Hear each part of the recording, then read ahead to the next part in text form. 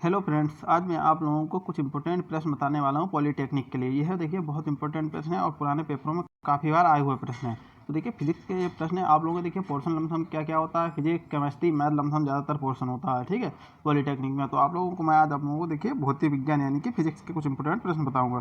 देखिए पहला प्रश्न बहुत अच्छा प्रश्न दिया गया, तारे की टिमटिमाहट का कारण है, ठीक है। पहला ऑप्शन दिया है वायुमंडलीय अपवर्तन, दूसरा दिया है वायुमंडलीय विवर्तन, तीसरा दिया है वायुमंडलीय प्रकीर्णन, चौथा दिया है वायुमंडलीय कणों के द्वारा प्रकाश का विकिरण। तो हमारा देखिए इसमें ऑप्शन हो जाएगा, यहाँ पे विकिरण लिखा है तो हर जगह प्रकीर्णन समझिएगा आप, यहाँ पे थोड़ी सी मिस्टेक है, ठीक है। तारे की टिमटिमाहट का कारण क्या है, ए वाला ऑप्शन हमारा सही हो जाएगा, यानी कि वायुमंडलीय अपवर्तन। देखिए बहुत अच्छे अच्छे प्रश्न हैं और ये प्रश्न कई बार पूछे गए हैं। अगर वीडियो अच्छी लगे तो वीडियो को जरूर लाइक करें, अपने दोस्तों के साथ में शेयर करें, और कोई भी डाउट है तो आप लोग मुझे कमेंट कर सकते हैं। चैनल को सब्सक्राइब कर लीजिए, बेल आइकन दबा लीजिए, जिससे जो नई वीडियो आएगी तो नोटिफिकेशन आपको मिल जाएगा।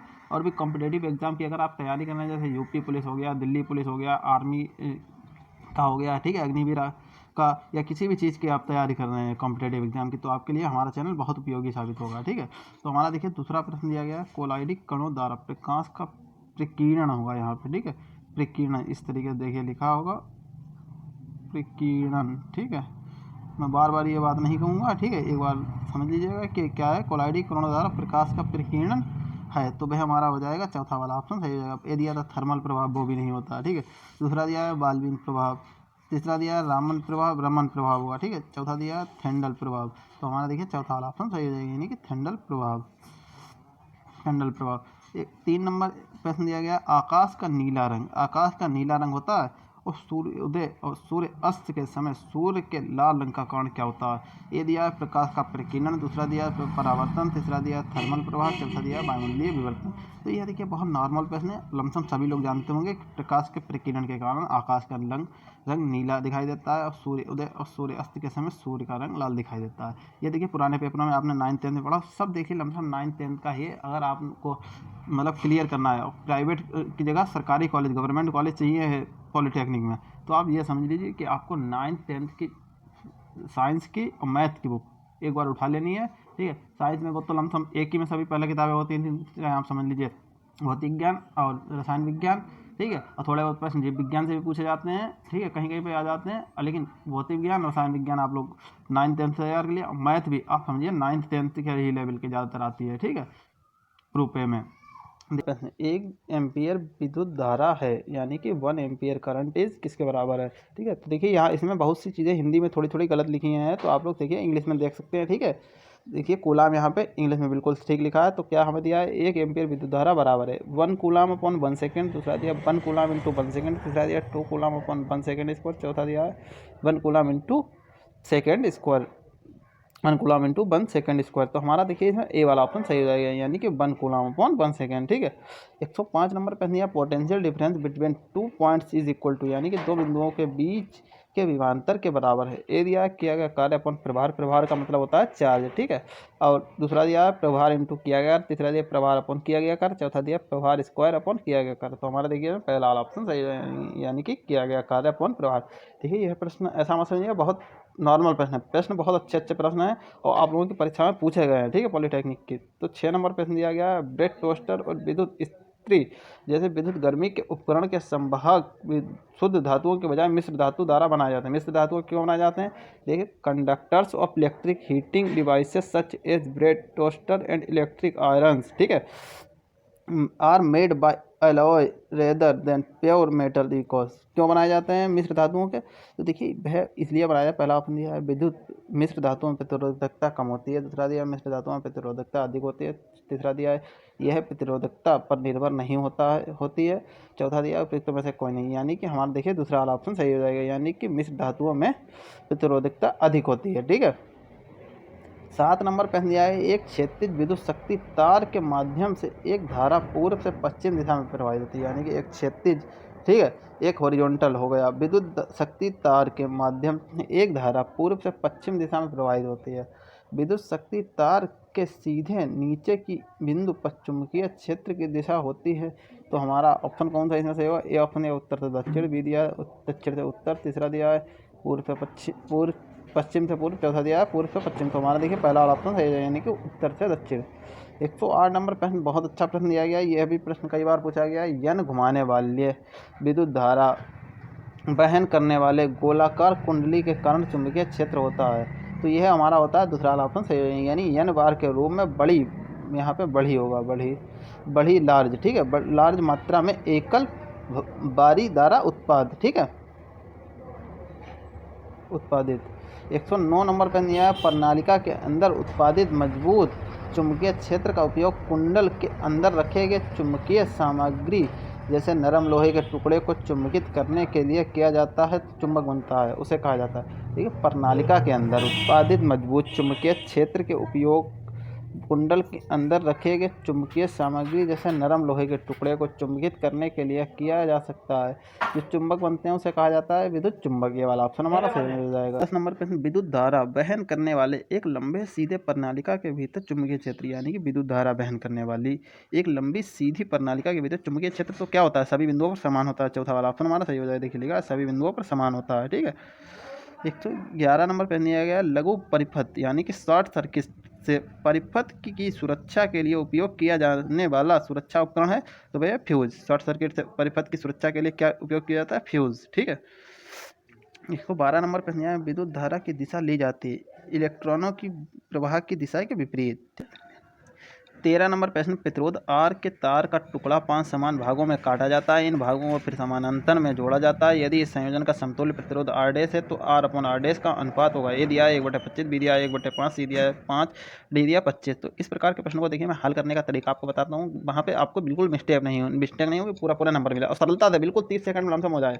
क्या है, देखिए मैं आप लोगों को देखिए बताऊंगा तो थोड़ा सा वक्त लग सकता है, लेकिन आप लोग एक बार करके देखिए, बिल्कुल 30 सेकंड भी नहीं लगेंगे। ठीक है, क्या दिया है, प्रतिरोध आर के तार का टुकड़ा है। ठीक है, तो तार के टुकड़े का प्रतिरोध कितना हो गया, आर है। ठीक है, अब इन भागों को फिर समानांतर क्रम में जोड़ा जाता है। पहले इन 5 भागों को बराबर में काटा जाता है। अब आर को 5 भागों में काटेंगे तो 5 से भाग दे देंगे। जैसे 100 होता था, जैसे आप समझिए 100 होता था। ठीक है, 100 को 5 से भाग देंगे तो कितना आ जाएगा, 1/20 आ जाएगा। सब और बचे हुए पाँचों का भाग कितना होगा, बचे हुए प्रतिरोध जो 5 होंगे, जैसे 100 है, 100 को 5 भागों में काटा गया तो 1/20 सबका मान होगा। इसी प्रकार देखिए, जैसे आर प्रतिरोध था किसी भी तार का, अब उसे 5 से भाग दे दिया गया तो उसका प्रतिरोध कितना हो गया होगा, लेकिन वो तो ऊपर वाली संख्या तो पता ही नहीं है, तो R/5 ही होगा। ठीक है, सबका प्रतिरोध कितना होगा, R/5। एक टुकड़े का प्रतिरोध कितना होगा, R/5। ठीक है, अब क्या दिया है, इन भागों को फिर समानांतर में जोड़ा जाता है, समानांतर में जोड़ दिया। अब यदि इस संयोजन का समतुल्य प्रतिरोध आर डैश इसका मान दिया है तो 1 इसे मान लिया स्मॉल आर। ठीक है, एक टुकड़े का मान कितना मान लिया, स्मॉल आर। ठीक है, स्मॉल आर मान लिया, स्मॉल आर बराबर कैपिटल R/5। अब स्मॉल आर प्लस 5 भागों में बांटा गया, 1 small R, 1 small R, 1 small R, 1 small R, 1 small R. 5 भागों में बांट लेंगे तो इसका एलसीएम कितना आ जाएगा, आर आ जाएगा। ये 1 जुड़ के 5 बार हो जाएंगे। ठीक है, तो आर डैश का मान कितना निकल गया, ये ऊपर पहुंच जाएगा स्मॉल आर, और ये नीचे 5 आ जाएंगे। तो ये आर डैश का मान निकल के आया R/5। और स्मॉल आर क्या रखा है, कैपिटल R/5। ठीक है, तो इसमें यहाँ पे मैं मान रखे दे रहा हूँ आर डैश इक्वल टू, ठीक है, स्मॉल आर का मान दिया है कैपिटल R/5। अब पहले से 5 थे तो कितना हो गया, ये हो जाएगा are dash equal to R/25। ठीक है, अब मैं ये पूरा हटा रहा हूँ, फिर आपको दिखाता हूँ क्या आया था, are dash equal to R/25 आया था। अब देखिए, इसको 25 को इधर भेज देंगे और आर को नीचे ले आएंगे तो R/R डैश इक्वल टू कितना आ गया, 25 किसने दिया, डी वाले ऑप्शन में दिया, डी वाला ऑप्शन हमारा सही है। देखिए आप करिएगा तुरंत, आपको 30 सेकंड में नहीं लेंगे। 30 सेकंड के दिन तार का प्रतिरोध कितना है, आर है। ठीक है, 5 अब इनको 5 भागों में बांट लिया, 5 से भाग दे दिया तो स्मॉल आर बराबर कितना है, कैपिटल R/5। अब इनको 5 को जोड़ लिया इस तरीके से, तो इनका मान निकल गया R dash equal to R/5। Small R का मान रख दिया कैपिटल R/5 इंटू 5 बराबर R/25। इसको नीचे भेज दिया, इसको ऊपर भेज दिया, तो ये हो जाएगा हमारा R/R डैश इक्वल टू 25 आ गया। हमारा डी वाला ऑप्शन सही हो जाएगा। 14 नंबर प्रश्न, निम्नलिखित में से कौन सा पारंपरिक ऊर्जा का स्रोत नहीं है। ए दिया लकड़ी, बी दिया गोबर गैस, सी दिया परमाणु ऊर्जा, डी दिया कोयला। तो देखिए लकड़ी, गोबर गैस और कोयला ये सभी पारंपरिक ऊर्जा का स्रोत है, लेकिन परमाणु ऊर्जा पारंपरिक ऊर्जा का स्रोत नहीं है। ये तो आप लोग सभी जानते हैं, नॉर्मल प्रश्न था। 15 नंबर प्रश्न दिया, निम्नलिखित में से कौन सा ऊर्जा का एक गैर पारंपरिक स्रोत है। जीवाश्म ईंधन, सौर ऊर्जा, जल विद्युत संयंत्र, और चौथा दिया है वायु ऊर्जा। तो हमारा देखिए इसमें बी वाला ऑप्शन सही है, यानी सौर ऊर्जा देखिए गैर पारंपरिक स्रोत है। ठीक है, ऊर्जा का। 16 नंबर प्रश्न है आँख का अक्षिपट यानी कि नेत्र पटल, ठीक है एरिया प्रकाश का संवेदन पटल, बी दिया लेंस, सी दिया वस्तु और डी दिया छिद्र। तो हमारा ए वाला ऑप्शन सही है यानी प्रकाश का संवेदन पटल। 117 नंबर प्रश्न दिया है आँख के लेंस की फोकस लंबाई को समायोजित करके विभिन्न दूरी की वस्तुओं पर मानव आँख केंद्रित कर सकता है, यानी कि आँख के लेंस की फोकस लंबाई को समायोजित करके विभिन्न दूरी की वस्तुओं पर मानव आँख केंद्रित कर सकती है, इसे कहते हैं, बी वाला ऑप्शन सही है यानी कि सुविधा, ठीक है। 118 नंबर पे 18 नंबर पे दिया आँख के लेंस की फोकस लंबाई में परिवर्तन किसके क्रिया के कारण होता है, यानी कि आँख के लेंस की फोकस लंबाई में परिवर्तन किसकी क्रिया के कारण होता है, किस क्रिया के कारण होता है। तो हमारा देखिए सी वाला ऑप्शन सही हो जाएगा यानी कि सिलियरी मांसपेशियाँ, ठीक है, सिलियरी मांसपेशियाँ। 19 नंबर पे है उम्र बढ़ने के साथ आँख के सुविधा की शक्ति कम हो जाती है, इस स्थिति को कहा जाता है जरा दूरदृष्टि दोष। ये तो आप लोगों ने देखिए पढ़ा भी होगा, पहले भी 9th-10th में पढ़ा होगा, जरा दूरदृष्टि दोष, ठीक है। 120 नंबर पे दिया है जब सफ़ेद प्रकाश का प्रकीर्णन होता है तब निम्न में से कौन सा रंग सबसे ज़्यादा झुकता है, ए दिया नीला, नील, बी दिया लाल, सी दिया नारंगी, डी दिया है हमारा पीला।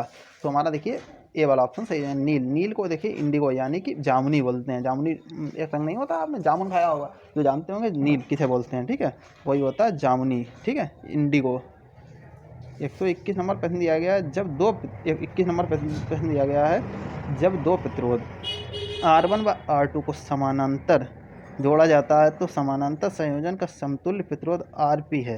देखिए Rp है, अब इन्होंने कह दिया है Rp है तो 1/, दो प्रतिरोधों को समांतर क्रम में जोड़ा गया R1 प्लस R2। अभी मैंने बिल्कुल बताया था, देखिए ये हमारे एलसीएम हो जाएंगे, एलसीएम R1 R2, इधर आ जाएगा R2, इधर आ जाएगा R1। अब ये हमारा क्या था समानांतर में, तो ये 1/, में होगा, 1/, में Rp होगा, ठीक है। अब इसका क्या है हमारा देखिए Rp को ऊपर भेजेंगे, इधर के लिए Rp को भेज देंगे, 1/, ये Rp है, इसको ऊपर के लिए भेजेंगे तो हमारा यहाँ पे देखिए मैं निकाल के दूँगा Rp इक्वल टू आ जाएगा R1 R2 upon R2 plus R1, चाहे R1 को आगे लिख लें चाहे R2 को, कोई दिक्कत नहीं है। और इस तरीके देखिए किस में दिख रहा है हमें, देखिए किस में दिख रहा है, ABC किसी में नहीं दिख रहा है, चौथा वाला देखते हैं, चौथे वाले में बिल्कुल दिख रहा है, ठीक है, तो चौथा वाला ऑप्शन सही हो जाएगा, यही तो मैंने अभी निकाला था Rp equal to R1 R2 upon R1 plus R2, मैंने बताया चाहे R2 को आगे पीछे लिख लें, यहाँ पे कोई दिक्कत नहीं है, ठीक है। तो हमारा देखिए चौथा वाला ऑप्शन सही हो जाएगा। 22 नंबर प्रश्न जूल होगा यहाँ पे, ठीक है, जूल लिखा है। जूल के ऊष्मा के सिद्धांत के अनुसार विद्युत धारा के कारण निर्मित ऊष्मा डैश दिया के द्वारा दी जाती है, तो ये वाला ऑप्शन हमारा सही हो जाएगा। 23 नंबर प्रश्न 1 वाट विद्युत शक्ति के बराबर है, 1 वाट बराबर 1 वोल्ट इंटू 1 एम्पियर होता है, पहला वाला ऑप्शन हमारा सही हो जाएगा। 24 नंबर प्रश्न विद्युत ऊर्जा की व्यावसायिक इकाई है, व्यावसायिक इकाई है किलोवाट घंटा, ठीक है। तार की प्रतिरोधकता है, तार की प्रतिरोधकता क्या होती है, उसके अनुप्रस्थ काट के क्षेत्रफल के से व्युत्क्रमानुपाती होती है, यानी कि तार की प्रतिरोधकता उसके अनुप्रस्थ काट के क्षेत्रफल से व्युत्क्रमानुपाती होती है, ठीक है, इन्वर्सली प्रोपोर्शनल होती है यानी कि। 26 नंबर प्रश्न दिया है विद्युत ले जाने वाले सोलेनॉइड का चुंबकीय क्षेत्र दे दिया है के समान होता है, तो चुंबक की पट्टी के समान होता है, ठीक है। 27 नंबर पे दिया है घरों में एसी की आपूर्ति 220 वोल्ट दिया 50 हर्ट्ज की है, आपूर्ति के तारों में से एक लाल इंसुलेशन के साथ है, यानी कि आपूर्ति के तारों में से एक लाल इंसुलेशन के साथ है जिसे कहा जाता है, तो उसे कहा जाता है लिव वायर, यानी कि देखिए इधर दिया है, ठीक है, विद्युत मने तार। 28 नंबर पे दिया गया है विद्युत चुंबकीय प्रेरण की घटना, एक चुंबक और कुंडली के बीच सापेक्षिक गति के कारण कुंडली में प्रेरित विद्युत धारा उत्पन्न करना, ठीक है। 29 नंबर पे लघु परिपथ यानी कि शॉर्ट सर्किट के समय परिपथ में बिजली या विद्युत, ठीक है, अत्यधिक बढ़ता है, ठीक है। 30 नंबर पे तभी तो देखिए आपने देखा होगा, तभी तो बहुत सी चीज़ें जो शॉर्ट सर्किट होता है तो आपने देखा नहीं होगा कि किसी की टीवी में कोई दिक्कत आ जाती है, किसी का बोर्ड या बल्ब फूक जाते हैं, ठीक है, तो कहते नहीं लघु परिपथ शॉर्ट सर्किट के समय परिपथ में विद्युत या बिजली या विद्युत अत्यधिक बढ़ता है, ठीक है। 30 नंबर पे है विद्युत प्रवाह के उत्पादन के लिए उपयोग किए जाने वाले उपकरण को कहा जाता है, वे किया जाता है जनरेटर। ठीक है, आज मैंने आप लोगों को लमसम 30 प्रश्न बताए हैं। अगर वीडियो अच्छी लगी हो तो वीडियो को जरूर लाइक करें, अपने दोस्तों के साथ शेयर करें। कोई डाउट है तो आप लोग मुझे कमेंट कर सकते हैं। ठीक है, आपके लमसम 13 से देखिए पॉलिटेक्निक के पेपर हैं, 13 से 20 तक जिसका पेपर है, तो आप लोगों के लिए ये बहुत उपयोगी वीडियो है। ठीक है, उसमें फिजिक्स के काफ़ी प्रश्न पूछे जाते हैं। मिलते हैं अगले वीडियो में, आज के लिए इतना ही। Thank you for watching my video.